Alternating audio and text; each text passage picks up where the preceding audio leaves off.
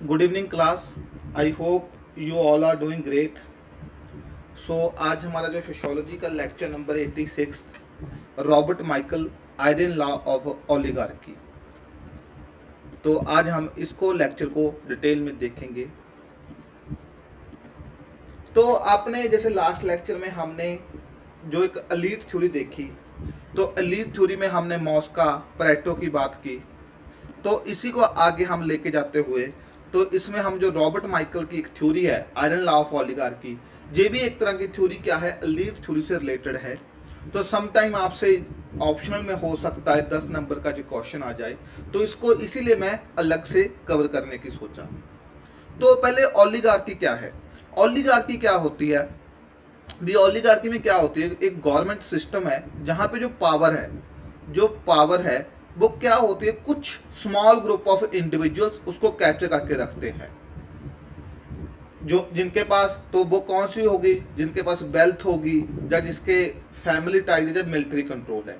जैसे कि हम रशिया में कहते हैं भी, जहाँ पे ओलिगार्की है भी, कुछ बिजनेसमैन है जो व्लादिमीर पुतिन को सपोर्ट कर रहे हैं, तो इन्होंने सारी पावर कैप्चर कर रखी है।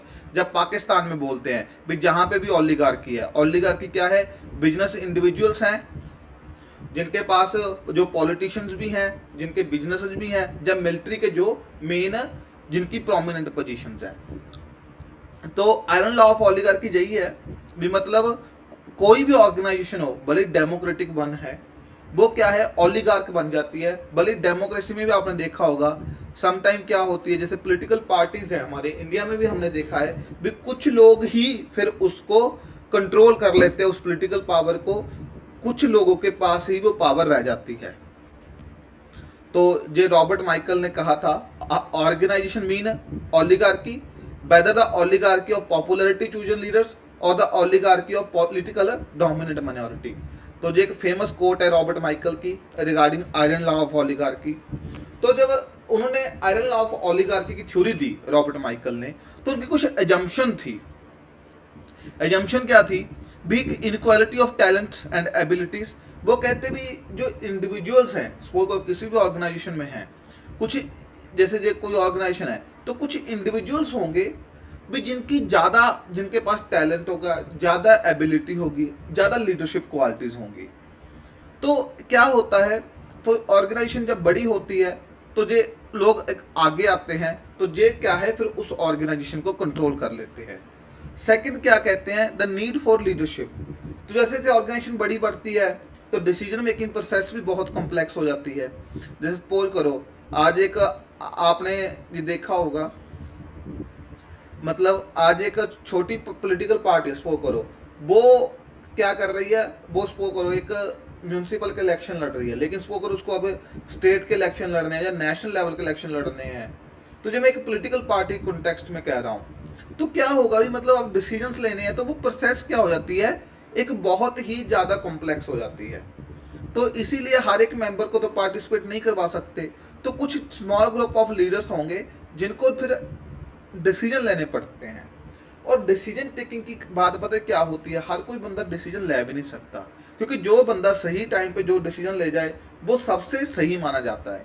तो अब आप कहोगे कि सर फिर डिसीजन लेने की जो कैपेबिलिटी है, जो स्किल्स हैं, क्योंकि मेरा तो यही मानना है भी, लाइफ में भले ही आपको जहाँ पे भी सक्सीड करना हो, तो डिसीजन लेने की आपके पास एक टैलेंट होना चाहिए। क्योंकि लोग क्या करते हैं, डिसीजन लेने से बहुत डरते हैं, ये ना हो जाए वो ना हो जाए, या फिर जब डिसीजन आपने ले लिया तो उसकी रिपरकशन के बारे में नहीं सोचना। तो आप कहोगे सर फिर ये कैसे होता है, मतलब डिसीजन हम कैसे लें भी, हमें कैसे पता चलेगा। तो जैसे मैं पर्सनल एक्सपीरियंस से बताता हूँ, तो समटाइम आई फील भी, मतलब भी थोड़ी बहुत मेरे में वो टैलेंट आ चुका है डिसीजन लेने का। मैं ऐसा नहीं कहूँगा मुझे सब कुछ पता है, बट थोड़ी थोड़ी चीज़ें मेरे को समझ आ गई भी, किसी भी सिचुएशन में कैसे डिसीजन लेना है। तो उसका सिर्फ ये आप में जो वो स्किल है, वो स्किल सेट है, एक बहुत इंपॉर्टेंट स्किल सेट है।